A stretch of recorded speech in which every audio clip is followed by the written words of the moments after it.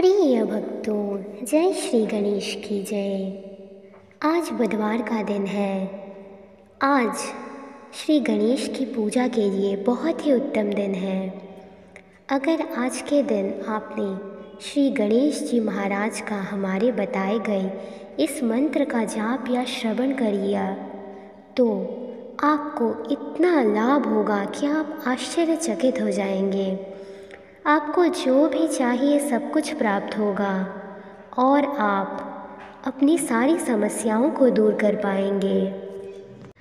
हमारे भगवान गणेश बहुत ही दयालु होते हैं। अगर विद्यार्थी नियमित रूप से भगवान गणेश की पूजा करना शुरू कर दे या फिर हमारे बताए गए मंत्र का जाप या श्रवण करना शुरू कर दे तो फिर उन्हें कुछ मांगने की ही ज़रूरत नहीं, भगवान गणेश जी स्वयं ही उन पर कृपा बरसा देंगे। भक्तों, हमारे भगवान गणेश बहुत ही दयालु हैं। अगर आप सच्चे मन से इन्हें कुछ भी मांगते हैं तो वह आपको अवश्य प्राप्त होगा और ये आपके शत्रुओं का बिल्कुल नाश कर देते हैं, आपके जीवन से समस्याओं को ख़त्म कर देते हैं और आपको जो चाहिए आपको वो सब कुछ प्राप्त होता है। तो चलिए देर किस बात की, इस दिव्य और चमत्कारी मंत्र को शुरू करते हैं। मंत्र कुछ इस प्रकार है। प्रणम्यं शिरसा देवं गौरीपुत्रं विनायकं भक्तावासं स्मरे नित्यम् आयुत्कामर्थसिद्धये। प्रथमं वक्रतुण्डं च एकदन्तं द्वितीयकं तृतीयं कृष्णपिङ्गाक्षं गजवक्त्रं चतुर्थकं लम्बोदरं पञ्चमं च षष्ठं विकटमेव च सप्तमं विघ्नराजेन्द्रं धूम्रवर्णं तथास्तनं नवमं बालचन्द्रं च दशमं तु विनायकम् एकादशं गणपतिं द्वादशं तु गजाननं द्वादशतानि नामानि त्रिशिन्धं यं पते नरः न च विघ्नं भयं तस्य सर्वसिद्धिकरं परम् विद्यार्थी लभते विद्यं धनार्थी लभते धनम् पुत्रार्थी लभते पुत्रं मोक्षार्थी लभते गतिम् जपेत् गणपतिस्तोत्रं सद्धर्मासन् फलं लभेत् संवत्सरेण सिद्धिं च लभते नत्र संशयः। अष्टभ्यो ब्राह्मणेभ्यश्च लिखित्वा या समर्पयेत् तस्य विद्या भवेत् सर्वा गणेशस्य प्रसादतः। ॐ इति श्रीनारदपुराणसङ्कटनाशन नमः नाम श्रीगणेशस्तोत्रं सम्पूर्णम्। ॐ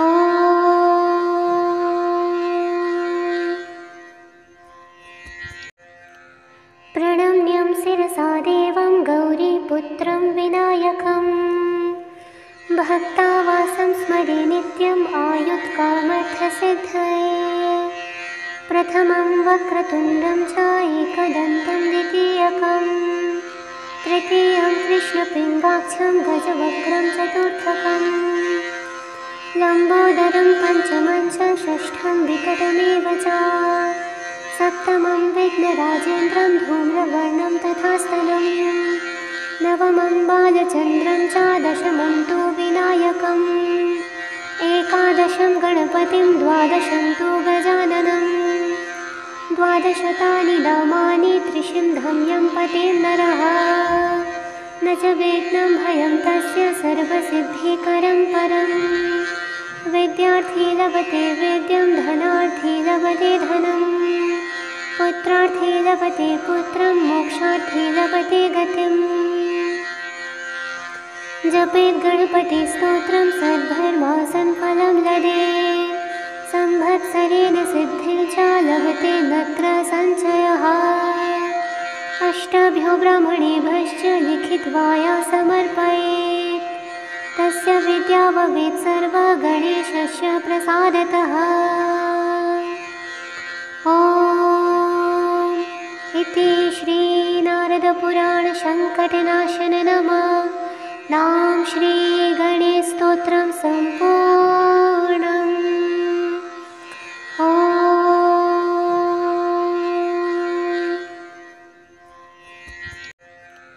प्रणम्य शिरसा देवं गौरीपुत्रं विनायकं भक्तावासं स्मरे नित्यम् आयुत्कामर्थसिद्धये।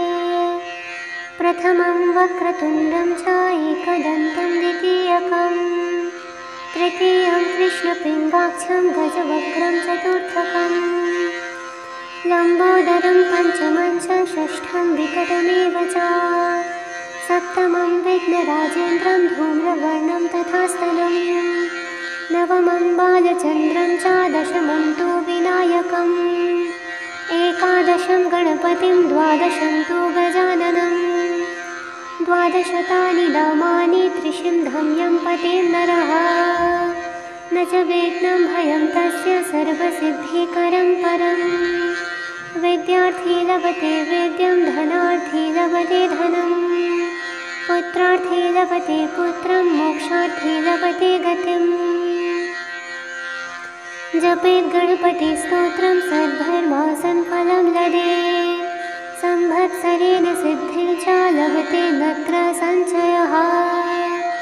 अष्टाभ्यो ब्राह्मणेभ्यश्च लिखित्वा या समर्पयेत् तस्य विद्या भवेत् सर्वा गणेशस्य प्रसादतः। ॐ इति श्रीनारदपुराणसङ्कटनाशन नाम श्रीगणेशस्तोत्रं सम्पूर्णम्। ॐ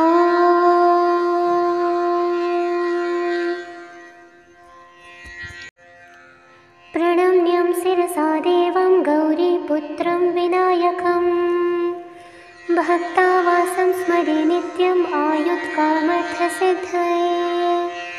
प्रथमं वक्रतुण्डं च एकदन्तं द्वितीयकं तृतीयं कृष्णपिङ्गाक्षं गजवक्त्रं चतुर्थकं लम्बोदरं पञ्चमं च षष्ठं विकटमेव च सप्तमं विघ्नराजेन्द्रं धूम्रवर्णं तथा स्थलं नवमं बालचन्द्रं च दशमं तु विनायकम् एकादशं गणपतिं द्वादशं तु गजाननं द्वादशतानि नामानि त्रिशिन्धं यं पतेन् नरः न च विघ्नं भयं तस्य सर्वसिद्धिकरं परम्।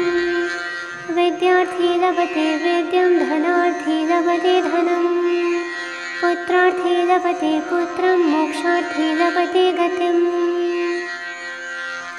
जपेत् गणपतिस्तोत्रं सद्धर्मासन् फलं लभेत् संवत्सरेण सिद्धिं च लभते नत्र संशयः। अष्टाभ्यो ब्राह्मणेभ्यश्च लिखित्वा या समर्पयेत् तस्य विद्या भवेत् सर्वा गणेशस्य प्रसादतः। ॐ इति श्रीनारदपुराणसङ्कटनाशन नाम श्रीगणेशस्तोत्रं सम्पूर्णम्। ॐ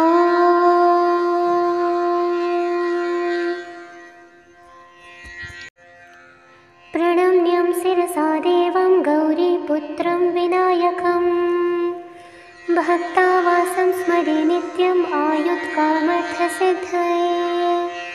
प्रथमं वक्रतुण्डं च एकदन्तं द्वितीयकं तृतीयं कृष्णपिङ्गाक्षं गजवक्त्रं चतुर्थकं लम्बोदरं पञ्चमं च षष्ठं विकटमेव च सप्तमं विघ्नराजेन्द्रं धूम्रवर्णं तथा स्थलं नवमं बालचन्द्रं च दशमं तु विनायकम् एकादशं गणपतिं द्वादशं तु गजाननं द्वादशतानि नामानि त्रिशिन्धं यं पतेन् नरः न च विघ्नं भयं तस्य सर्वसिद्धिकरं परम्।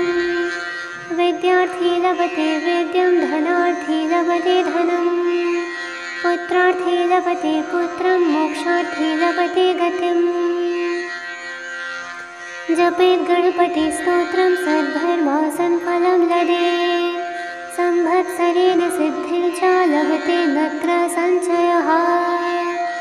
अष्टाभ्यो ब्राह्मणेभ्यश्च लिखित्वा या समर्पयेत् तस्य विद्या भवेत् सर्वा गणेशस्य प्रसादतः।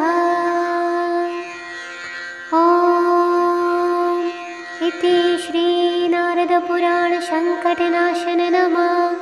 नाम श्री गणेशस्तोत्रं सम्पूर्णम्।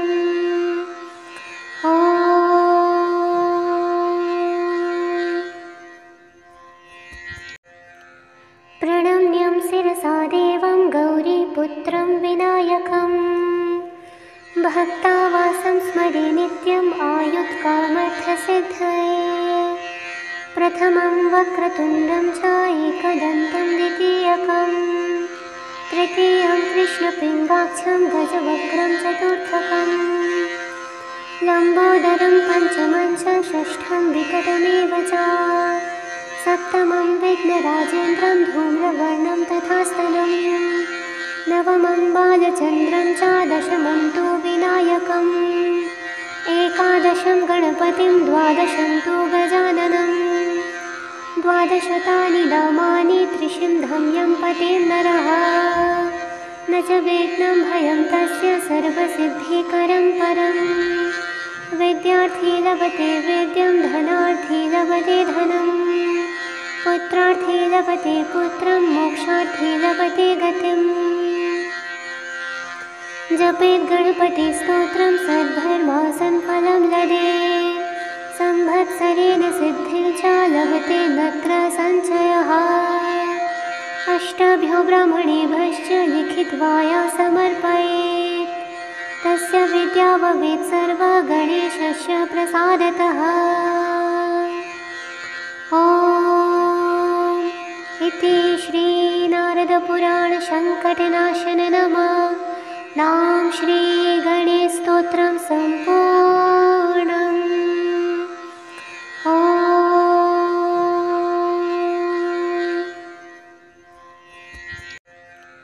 प्रणम्यं शिरसा देवं गौरीपुत्रं विनायकम्। भक्तावासं स्मरे नित्यम् आयुत्कामर्थसिद्धये। प्रथमं वक्रतुण्डं च एकदन्तं द्वितीयकम्। तृतीयं कृष्णपिङ्गाक्षं गजवक्त्रं चतुर्थकम्। लम्बोदरं पञ्चमं च षष्ठं विकटमेव च। सप्तमं विघ्नराजेन्द्रं धूम्रवर्णं तथा स्तनम्। नवमं बालचन्द्रं च दशमं तु विनायकम्। एकादशं गणपतिं द्वादशं तु गजाननम्। द्वादशतानि नामानि त्रिशिन्धं यं पतेन् नरः। न च विघ्नं भयं तस्य सर्वसिद्धिकरं परम्। विद्यार्थी लभते विद्यं धनार्थी लभते धनम्।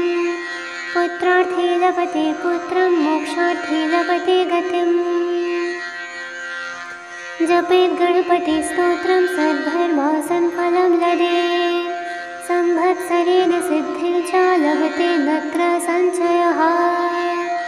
अष्टभ्यो ब्राह्मणेभ्यश्च लिखित्वा या समर्पयेत्। तस्य विद्या भवेत् सर्वा गणेशस्य प्रसादतः।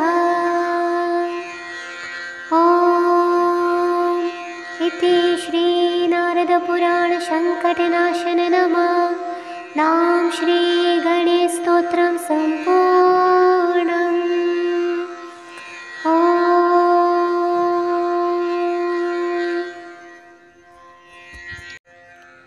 प्रणम्यं शिरसा देवं गौरीपुत्रं विनायकम्। भक्तावासं स्मरे नित्यम् आयुत्कामर्थसिद्धये। प्रथमं वक्रतुण्डं च एकदन्तं द्वितीयकम्। तृतीयं कृष्णपिङ्गाक्षं गजवक्त्रं चतुर्थकम्। लम्बोदरं पञ्चमं च षष्ठं विकटमेव च। सप्तमं विघ्नराजेन्द्रं धूम्रवर्णं तथा स्तनम्। नवमं बालचन्द्रं च दशमं तु विनायकम्। एकादशं गणपतिं द्वादशं तु गजाननम्। द्वादशतानि नामानि त्रिशिन्धं यं पतेन् नरः। न च विघ्नं भयं तस्य सर्वसिद्धिकरं परम्। विद्यार्थी लभते विद्यं धनार्थी लभते धनम्।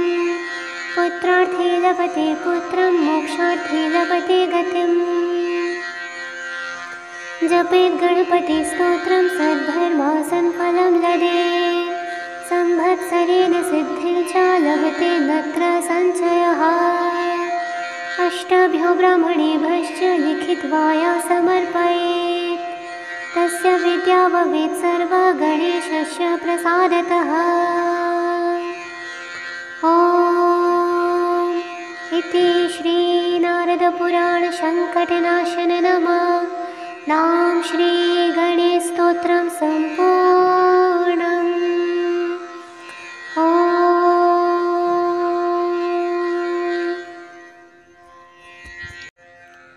प्रणम्यं शिरसा देवं गौरीपुत्रं विनायकं भक्तावासं स्मरे नित्यम् आयुत्कामर्थसिद्धये। प्रथमं वक्रतुण्डं च एकदन्तं द्वितीयकं तृतीयं कृष्णपिङ्गाक्षं गजवक्त्रं चतुर्थकं लम्बोदरं पञ्चमं च षष्ठं विकटमेव च सप्तमं विघ्नराजेन्द्रं धूम्रवर्णं तथा स्थलं नवमं बालचन्द्रं च दशमं तु विनायकम् एकादशं गणपतिं द्वादशं तु गजाननं द्वादशतानि नामानि त्रिशिन्धं यं पतेन् नरः न च विघ्नं भयं तस्य सर्वसिद्धिकरं परम्।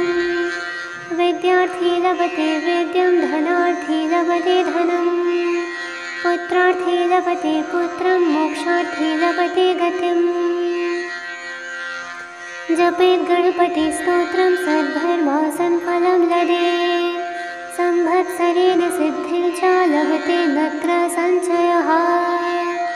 अष्टभ्यो ब्राह्मणेभ्यश्च लिखित्वा या समर्पयेत् तस्य विद्या भवेत् सर्वगणेशस्य प्रसादतः। ॐ इति श्रीनारदपुराणसङ्कटनाशन नाम श्रीगणेशस्तोत्रं सम्पूर्णम्। ॐ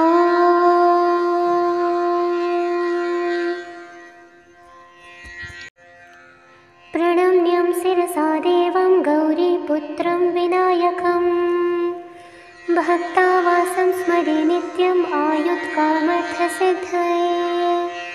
प्रथमं वक्रतुण्डं च एकदन्तं द्वितीयकं तृतीयं कृष्णपिङ्गाक्षं गजवक्त्रं चतुर्थकं लम्बोदरं पञ्चमं च षष्ठं विकटमेव च सप्तमं विघ्नराजेन्द्रं धूम्रवर्णं तथा स्थलं नवमं बालचन्द्रं च दशमं तु विनायकम् एकादशं गणपतिं द्वादशं तु गजाननं द्वादशतानि नामानि त्रिशिन्धं यं पतेन् नरः न च विघ्नं भयं तस्य सर्वसिद्धिकरं परम्।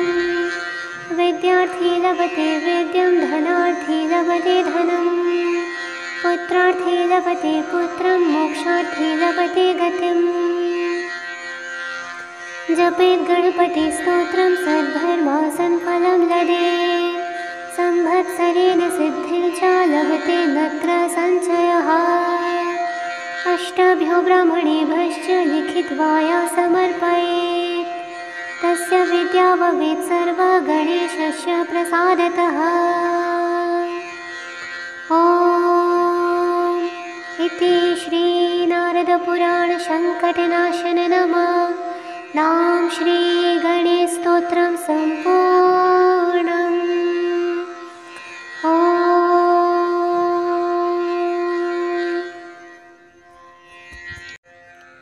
प्रणम्यं शिरसा देवं गौरीपुत्रं विनायकं भक्तावासं स्मरे नित्यम् आयुत्कामर्थसिद्धये।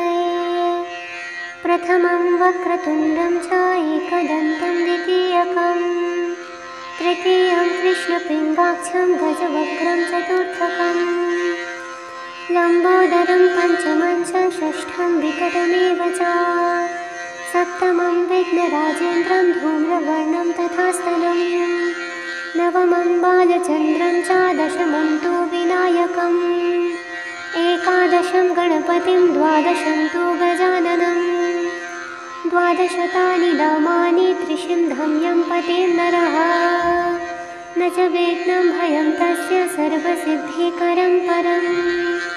विद्यार्थी लभते विद्यं धनार्थी लभते धनं पुत्रार्थी लभते पुत्रं मोक्षार्थी लभते गतिम्। जपेत् गणपतिस्तोत्रं सद्धर्मासन् फलं लभेत् संवत्सरेण सिद्धिं च लभते नत्र संशयः। अष्टाभ्यो ब्राह्मणेभ्यश्च लिखित्वा या समर्पयेत् तस्य विद्या भवेत् सर्वा गणेशस्य प्रसादतः। ॐ इति श्रीनारदपुराणसङ्कटनाशननाम श्रीगणेशस्तोत्रं सम्पूर्णम्।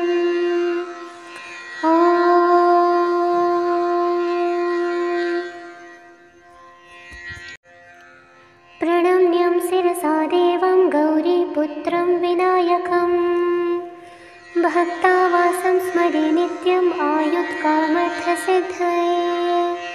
प्रथमं वक्रतुण्डं च एकदन्तं द्वितीयकं तृतीयं कृष्णपिङ्गाक्षं गजवक्त्रं चतुर्थकं लम्बोदरं पञ्चमं च षष्ठं विकटमेव च सप्तमं विघ्नराजेन्द्रं धूम्रवर्णं तथा स्थलं नवमं बालचन्द्रं च दशमं तु विनायकम् एकादशं गणपतिं द्वादशं तु गजाननं द्वादशतानि नामानि त्रिशिन्धं यं पतेन् नरः न च विघ्नं भयं तस्य सर्वसिद्धिकरं परम्।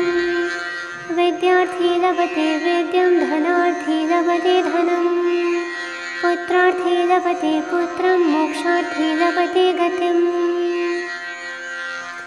जपेत् गणपतिस्तोत्रं सद्धर्मासन् फलं लभेत् संवत्सरेण सिद्धिं च लभते नत्र संशयः। अष्टाभ्यो ब्राह्मणेभ्यश्च लिखित्वा या समर्पयेत् तस्य विद्या भवेत् सर्वा गणेशस्य प्रसादतः। ॐ इति श्रीनारदपुराणसङ्कटनाशननाम श्रीगणेशस्तोत्रं सम्पूर्णम्।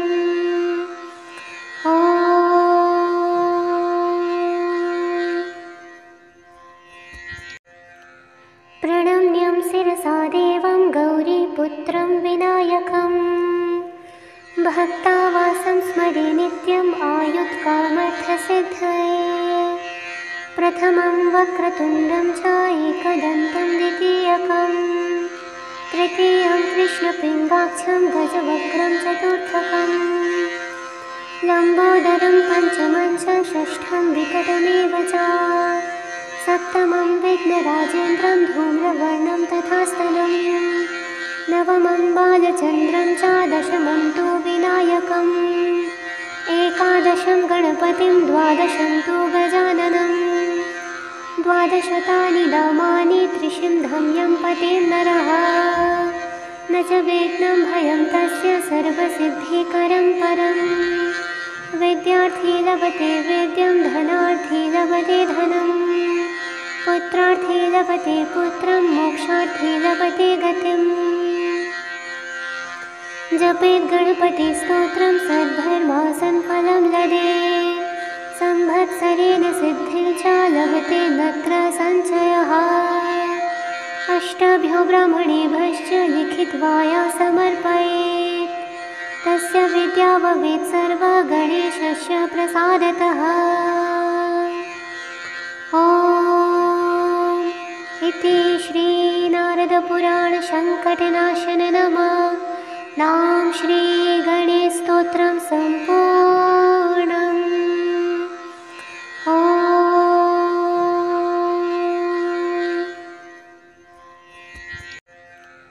प्रणम्यं शिरसा देवं गौरीपुत्रं विनायकं भक्तावासं स्मरे नित्यम् आयुत्कामर्थसिद्धये।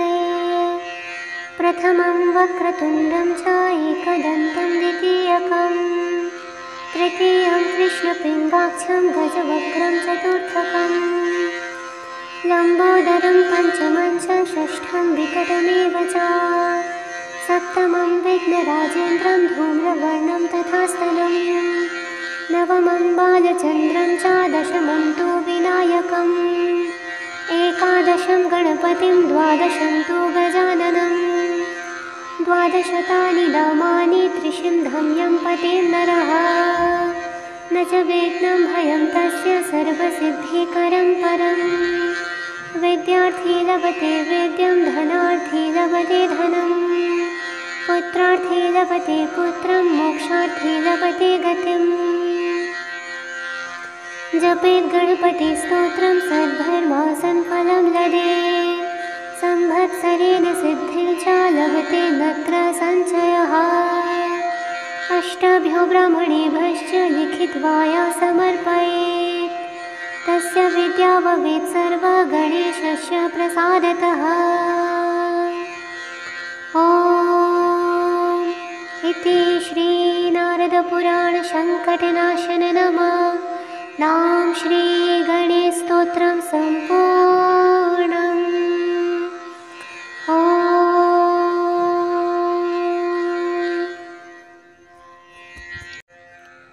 प्रणम्यं शिरसा देवं गौरीपुत्रं विनायकं भक्तावासं स्मरे नित्यम् आयुत्कामर्थसिद्धये प्रथमं वक्रतुण्डं च एकदन्तं द्वितीयकं तृतीयं कृष्णपिङ्गाक्षं गजवक्त्रं चतुर्थकं लम्बोदरं पञ्चमं च षष्ठं विकटमेव च सप्तमं विघ्नराजेन्द्रं धूम्रवर्णं तथा स्तनं नवमं बालचन्द्रं च दशमं तु विनायकम् एकादशं गणपतिं द्वादशं तु गजाननं द्वादशतानि नामानि त्रिशिन्धं यं पते नरः न च विघ्नं भयं तस्य सर्वसिद्धिकरं परम् विद्यार्थी लभते विद्यं धनार्थी लभते धनं पुत्रार्थी लभते पुत्रं मोक्षार्थी लभते गतिम्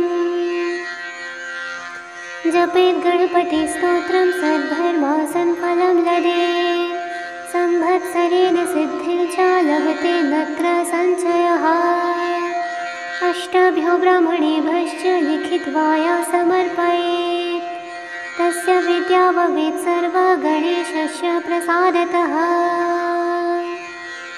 ॐ इति श्रीनारदपुराणसङ्कटनाशन नाम श्रीगणेशस्तोत्रं सम्पूर्णम् ॐ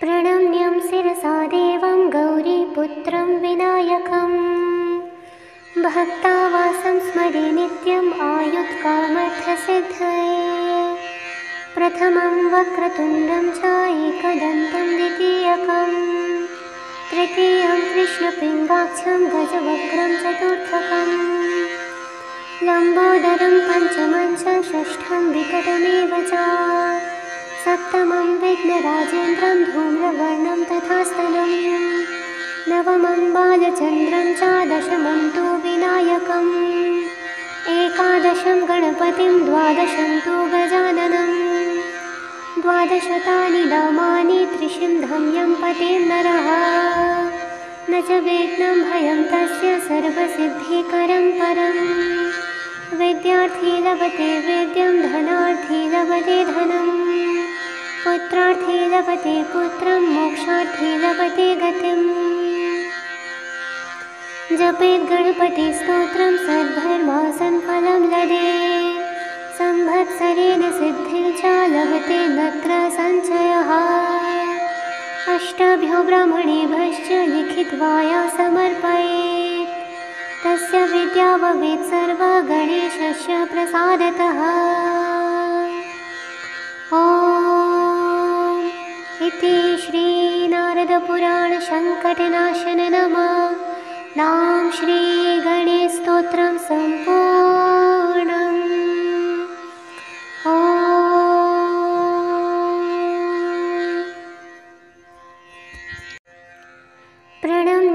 शिरसा देवं गौरीपुत्रं विनायकं भक्तावासं स्मरे नित्यम् आयुत्कामर्थसिद्धये। प्रथमं वक्रतुण्डं च एकदन्तं द्वितीयकं तृतीयं कृष्णपिङ्गाक्षं गजवक्त्रं चतुर्थकं लम्बोदरं पञ्चमं च षष्ठं विकटमेव च सप्तमं विघ्नराजेन्द्रं धूम्रवर्णं तथा स्थलं नवमं बालचन्द्रं च दशमं तु विनायकम् एकादशं गणपतिं द्वादशं तु गजाननं द्वादशतानि नामानि त्रिशिन्धं यं पतेर् नरः न च विघ्नं भयं तस्य सर्वसिद्धिकरं परं विद्यार्थी लभते विद्यं धनार्थी लभते धनं पुत्रार्थी लभते पुत्रं मोक्षार्थी लभते गतिम् जपेत् गणपतिस्तोत्रं सद्धर्मासन् फलं लभेत् संवत्सरेण सिद्धिं च लभते नत्र संशयः। अष्टाभ्यो ब्राह्मणेभ्यश्च लिखित्वा या समर्पयेत् तस्य विद्या भवेत् सर्वा गणेशस्य प्रसादतः। ॐ इति श्रीनारदपुराणसङ्कटनाशन नाम श्री गणेश स्तोत्रं सम्पूर्णम्।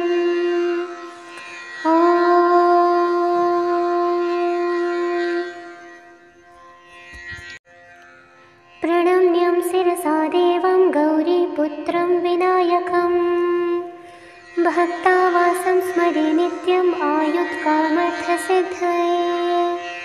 प्रथमं वक्रतुण्डं च एकदन्तं द्वितीयकं तृतीयं कृष्णपिङ्गाक्षं गजवक्त्रं चतुर्थकं लम्बोदरं पञ्चमं च षष्ठं विकटमेव च सप्तमं विघ्नराजेन्द्रं धूम्रवर्णं तथा स्थलं नवमं बालचन्द्रं च दशमं तु विनायकम् एकादशं गणपतिं द्वादशं तु गजाननं द्वादशतानि नामानि त्रिशिन्धं यं पतेर् नरः न च विघ्नं भयं तस्य सर्वसिद्धिकरं परं विद्यार्थी लभते विद्यं धनार्थी लभते धनं पुत्रार्थी लभते पुत्रं मोक्षार्थी लभते गतिम् जपेत् गणपतिस्तोत्रं सद्धर्मासन् फलं लभेत् संवत्सरेण सिद्धिं च लभते नत्र संशयः। अष्टाभ्यो ब्राह्मणेभ्यश्च लिखित्वा या समर्पयेत् तस्य विद्या भवेत् सर्वा गणेशस्य प्रसादतः।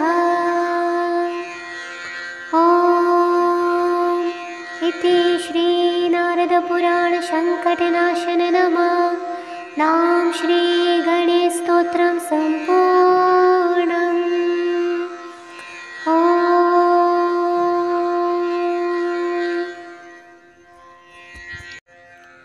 प्रणम्यं शिरसा देवं गौरीपुत्रं विनायकं भक्तावासं स्मरे नित्यम् आयुत्कामर्थसिद्धये।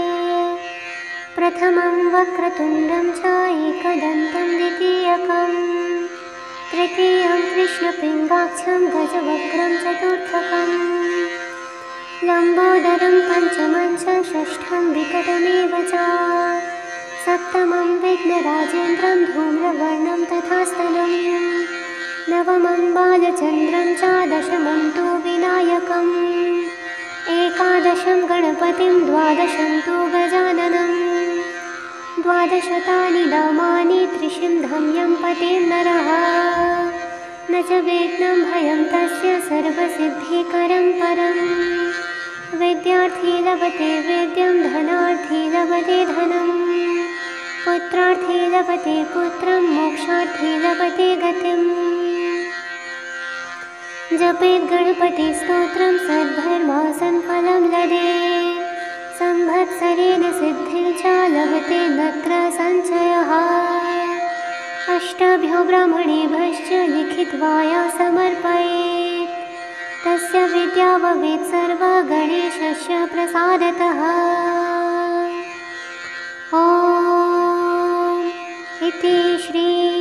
श्रीगणेशनारदपुराणसङ्कटनाशन नमः।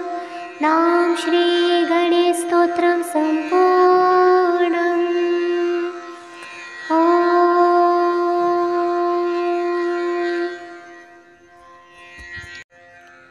प्रणम्यं शिरसा देवं गौरीपुत्रं विनायकम्। भक्तावासं स्मरे नित्यम् आयुत्कामर्थसिद्धये। प्रथमं वक्रतुण्डं च एकदन्तं द्वितीयकं। तृतीयं कृष्णपिङ्गाक्षं गजवक्त्रं चतुर्थकम्। लम्बोदरं पञ्चमं च षष्ठं विकटमेव च। सप्तमं विघ्नराजेन्द्रं धूम्रवर्णं तथास्तनं। नवमं बालचन्द्रं च दशमं तु विनायकम्। एकादशं गणपतिं द्वादशं तु गजाननं। द्वादशतानि नामानि त्रिशिन्धं यं पते नरः। न च विघ्नं भयं तस्य सर्वसिद्धिकरं परम्। विद्यार्थी लभते विद्यं धनार्थी लभते धनम्। पुत्रार्थी लभते पुत्रं मोक्षार्थी लभते गतिम्। जपेत् गणपतिस्तोत्रं सद्धर्मासनफलं लभेत्। संवत्सरेण सिद्धिं च लभते नत्र संशयः। अष्टभ्यो ब्राह्मणेभ्यश्च लिखित्वा या समर्पयेत्। तस्य विद्या भवेत् सर्वा गणेशस्य प्रसादतः। ॐ इति श्रीनारदपुराणसङ्कटनाशन नमः। नाम श्रीगणेशस्तोत्रं सम्पूर्णम्। ॐ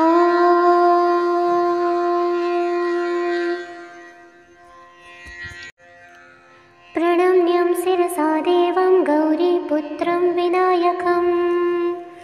भक्तावासं स्मरे नित्यम् आयुत्कामर्थसिद्धये।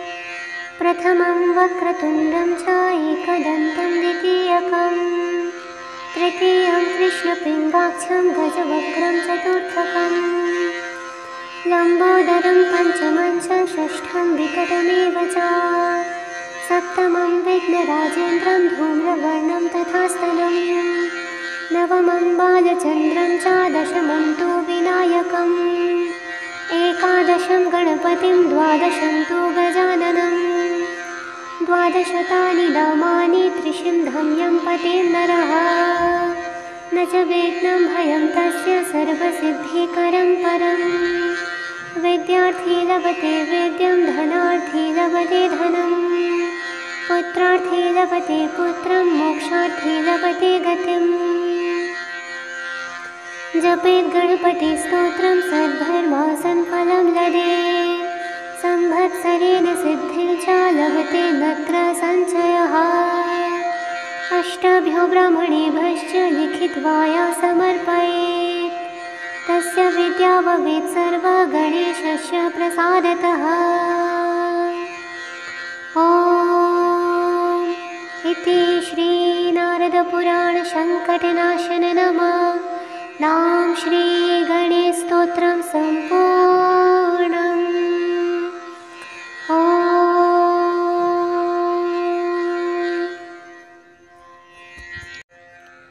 प्रणम्यं शिरसा देवं गौरीपुत्रं विनायकम्। भक्तावासं स्मरे नित्यम् आयुत्कामर्थसिद्धये। प्रथमं वक्रतुण्डं च एकदन्तं द्वितीयकम्। तृतीयं कृष्णपिङ्गाक्षं गजवक्त्रं चतुर्थकम्। लम्बोदरं पञ्चमं च षष्ठं विकटमेव च। सप्तमं विघ्नराजेन्द्रं धूम्रवर्णं तथास्तनं। नवमं बालचन्द्रं च दशमं तु विनायकम्। एकादशं गणपतिं द्वादशं तु गजाननं। द्वादशतानि नामानि त्रिशिन्धं यं पते नरः। न च विघ्नं भयं तस्य सर्वसिद्धिकरं परम्। विद्यार्थी लभते विद्यं धनार्थी लभते धनम्। पुत्रार्थी लभते पुत्रं मोक्षार्थी लभते गतिम्। जपेत् गणपतिस्तोत्रं सद्धर्मासन् फलं लभेत्। संवत्सरेण सिद्धिर्च लभते नत्र संशयः। अष्टभ्यो ब्राह्मणेभ्यश्च लिखित्वा या समर्पयेत्। तस्य विद्या भवेत् सर्वा गणेशस्य प्रसादतः। ॐ इति श्रीनारदपुराणसङ्कटनाशननमः श्रीगणेशस्तोत्रं सम्पूर्णम्।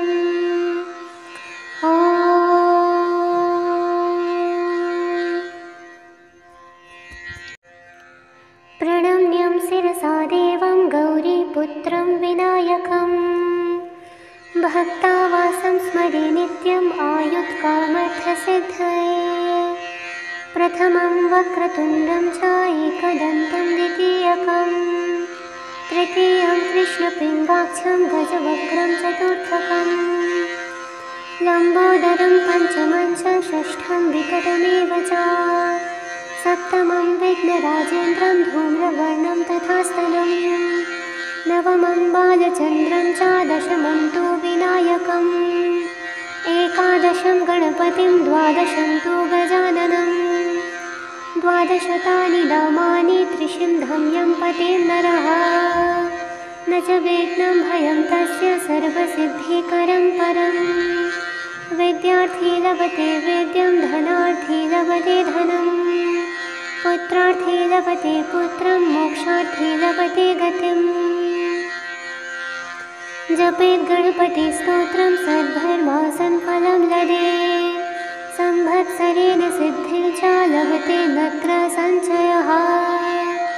अष्टभ्यो ब्राह्मणेभ्यश्च लिखित्वा या समर्पयेत्। तस्य विद्या भवेत् सर्वा गणेशस्य प्रसादतः। ॐ इति श्रीनारदपुराणसङ्कटनाशननमः श्रीगणेशस्तोत्रं सम्पूर्णम्।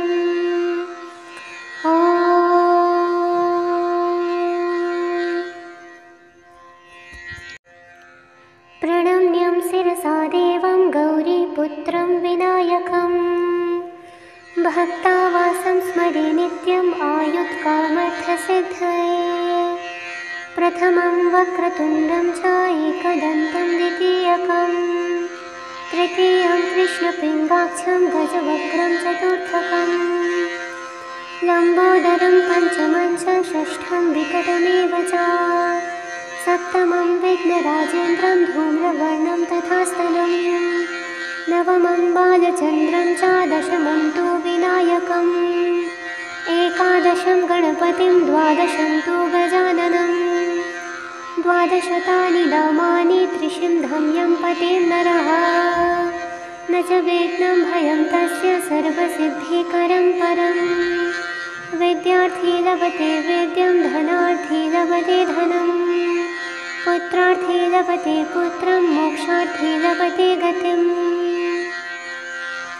जपेत् गणपतिस्तोत्रं सद्धर्मासन् फलं लभेत्। संवत्सरेण सिद्धिर्च लभते नत्र संशयः। अष्टभ्यो ब्राह्मणेभ्यश्च लिखित्वा या समर्पयेत्। तस्य विद्या भवेत् सर्वा गणेशस्य प्रसादतः। ॐ इति श्रीनारदपुराणसङ्कटनाशननमः श्रीगणेशस्तोत्रं सम्पूर्णम्।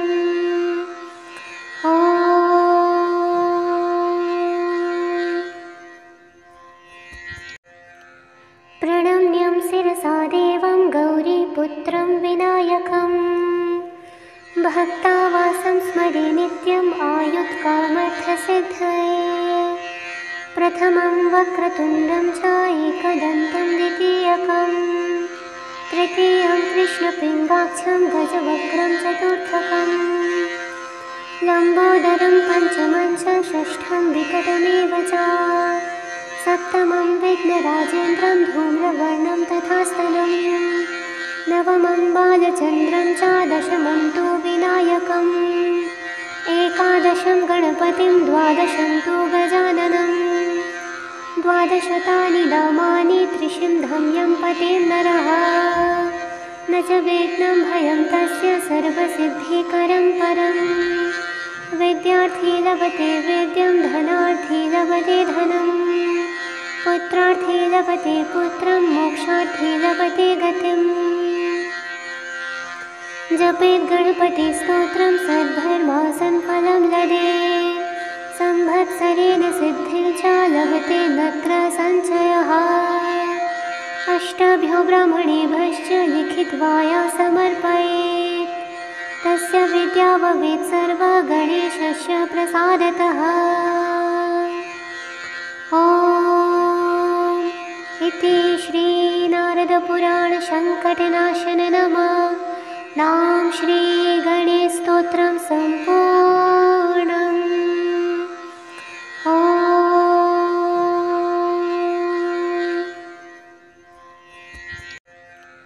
प्रणम्यं शिरसा देवं गौरीपुत्रं विनायकं भक्तावासं स्मरे नित्यम् आयुत्कामर्थसिद्धये प्रथमं वक्रतुण्डं च एकदन्तं द्वितीयकं तृतीयं कृष्णपिङ्गाक्षं गजवक्त्रं चतुर्थकं लम्बोदरं पञ्चमं च षष्ठं विकटमेव च सप्तमं विघ्नराजेन्द्रं धूम्रवर्णं तथास्तनं नवमं बालचन्द्रं च दशमं तु विनायकम् एकादशं गणपतिं द्वादशं तु गजाननं द्वादशतानि नामानि त्रिशिन्धं यं पते नरः न च विघ्नं भयं तस्य सर्वसिद्धिकरं परम् विद्यार्थी लभते विद्यं धनार्थी लभते धनम् पुत्रार्थी लभते पुत्रं मोक्षार्थी लभते गतिम्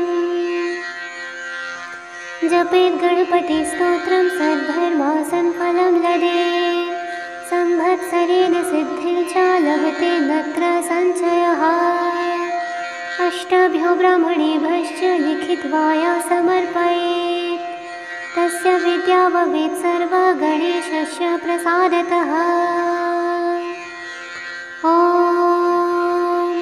इति श्रीनारदपुराणसङ्कटनाशननाम श्रीगणेशस्तोत्रं सम्पूर्णम् ॐ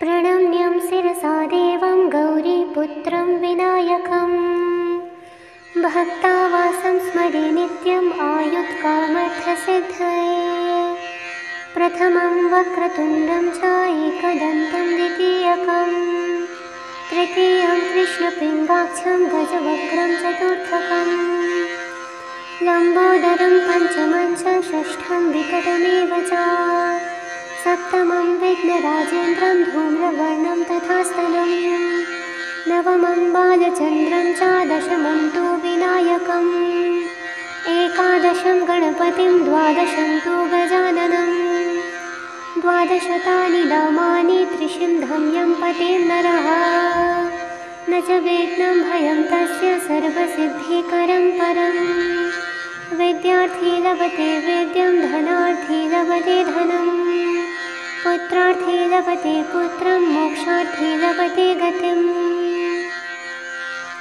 जपेत् गणपतिस्तोत्रं सद्धर्मासन् फलं लभेत् संवत्सरेण सिद्धिं च लभते नत्र संशयः अष्टभ्यो ब्राह्मणेभ्यश्च लिखित्वा या समर्पयेत् तस्य विद्या भवेत् सर्वा गणेशस्य प्रसादतः ॐ इति श्रीनारदपुराणसङ्कटनाशननाम श्रीगणेशस्तोत्रं सम्पूर्णम् ॐ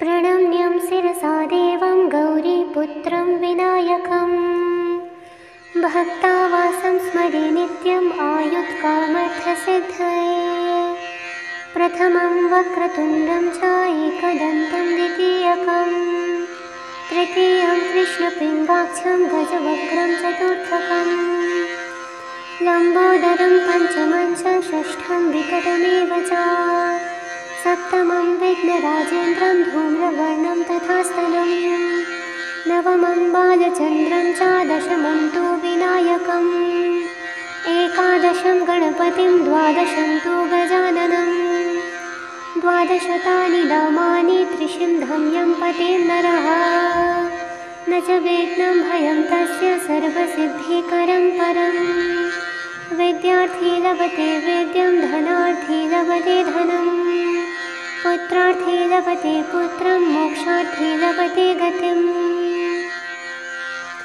जपेत् गणपतिस्तोत्रं सद्धर्मासन् फलं लभेत् संवत्सरेण सिद्धिं च लभते नत्र संशयः अष्टभ्यो ब्राह्मणेभ्यश्च लिखित्वा या समर्पयेत् तस्य विद्या भवेत् सर्वा गणेशस्य प्रसादतः ॐ इति श्रीनारदपुराणसङ्कटनाशन नाम श्रीगणेशस्तोत्रं सम्पूर्णम् ॐ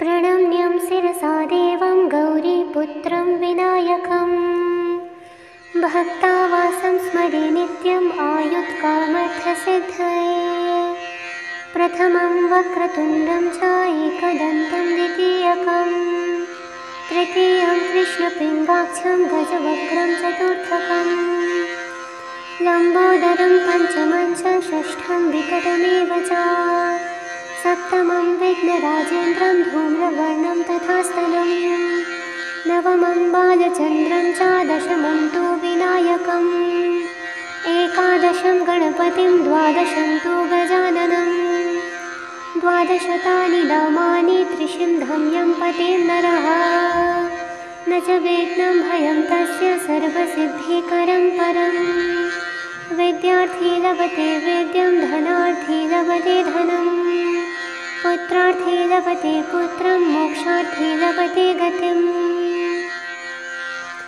जपेत् गणपतिस्तोत्रं सद्धर्मासन् फलं लभेत् संवत्सरेण सिद्धिं च लभते नत्र संशयः अष्टभ्यो ब्राह्मणेभ्यश्च लिखित्वा या समर्पयेत् तस्य विद्या भवेत् सर्वा गणेशस्य प्रसादतः ॐ इति श्रीनारदपुराणसङ्कटनाशन नाम श्रीगणेशस्तोत्रं सम्पूर्णम् ॐ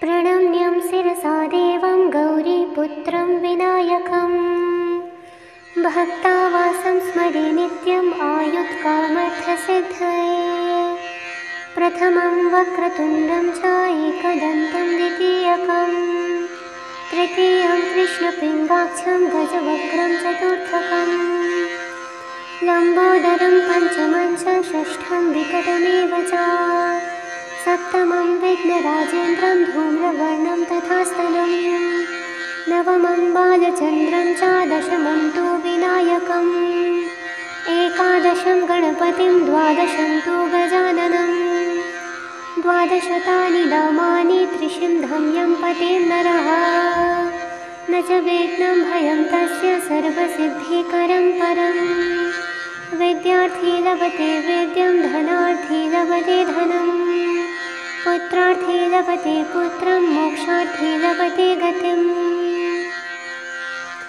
जपेत् गणपतिस्तोत्रं सद्धर्मासन् फलं लभेत् संवत्सरेण सिद्धिं च लभते नत्र संशयः अष्टभ्यो ब्राह्मणेभ्यश्च लिखित्वा या समर्पयेत् तस्य विद्या भवेत् सर्वा गणेशस्य प्रसादतः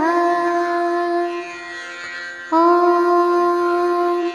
इति श्रीनारदपुराणसङ्कटनाशन नाम श्रीगणेशस्तोत्रं सम्पूर्णम् ॐ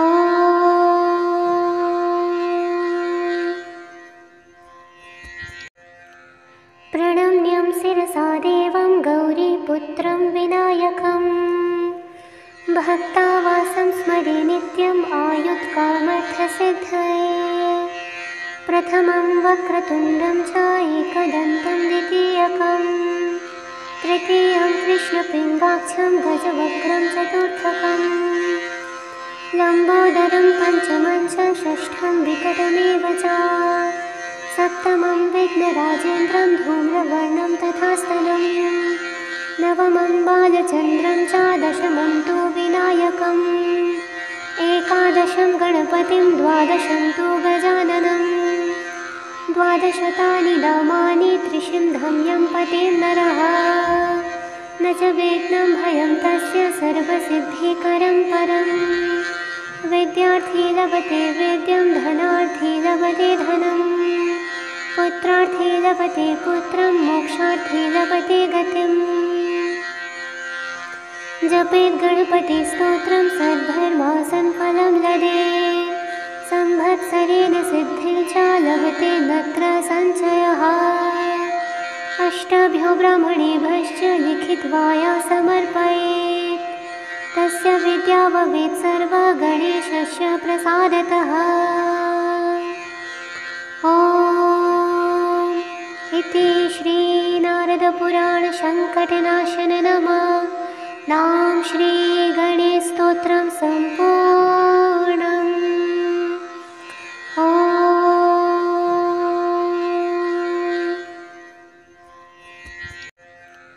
प्रणम्यं शिरसा देवं गौरीपुत्रं विनायकं, भक्तावासं स्मरे नित्यम् आयुत्कामर्थसिद्धये।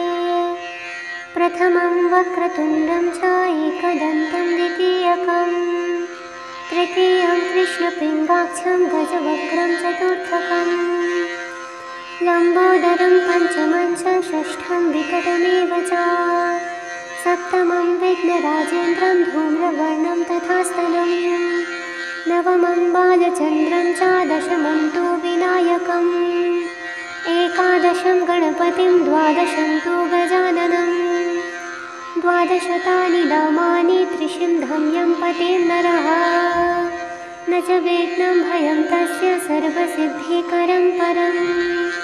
विद्यार्थी लभते विद्यं धनार्थी लभते धनं, पुत्रार्थी लभते पुत्रं मोक्षार्थी लभते गतिम्। जपेत् गणपतिस्तोत्रं सद्धर्मासन् फलं लभेत्, संवत्सरेण सिद्धिं च लभते नत्र संशयः। अष्टभ्यो ब्राह्मणेभ्यश्च लिखित्वा या समर्पयेत्, तस्य विद्या भवेत् सर्वा गणेशस्य प्रसादतः। ॐ इति श्रीनारदपुराणसङ्कटनाशननाम श्रीगणेशस्तोत्रं सम्पूर्णम्।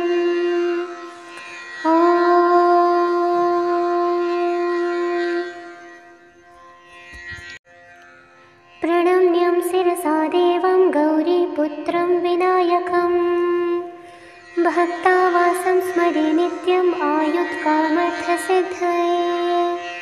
प्रथमं वक्रतुण्डं च एकदन्तं द्वितीयकं, तृतीयं कृष्णपिङ्गाक्षं गजवक्त्रं चतुर्थकं, लम्बोदरं पञ्चमं च षष्ठं विकटमेव च, सप्तमं विघ्नराजेन्द्रं धूम्रवर्णं तथा स्थलं, नवमं बालचन्द्रं च दशमं तु विनायकम्, एकादशं गणपतिं द्वादशं तु गजाननं, द्वादशतानि नामानि त्रिशिन्धं यं पतेन् नरः, न च विघ्नं भयं तस्य सर्वसिद्धिकरं परम्। विद्यार्थी लभते विद्यं धनार्थी लभते धनं, पुत्रार्थी लभते पुत्रं मोक्षार्थी लभते गतिम्। जपेत् गणपतिस्तोत्रं सद्धर्मासन् फलं लभेत्, संवत्सरेण सिद्धिं च लभते नत्र संशयः। अष्टभ्यो ब्राह्मणेभ्यश्च लिखित्वा या समर्पयेत्, तस्य विद्या भवेत् सर्वा गणेशस्य प्रसादतः। ॐ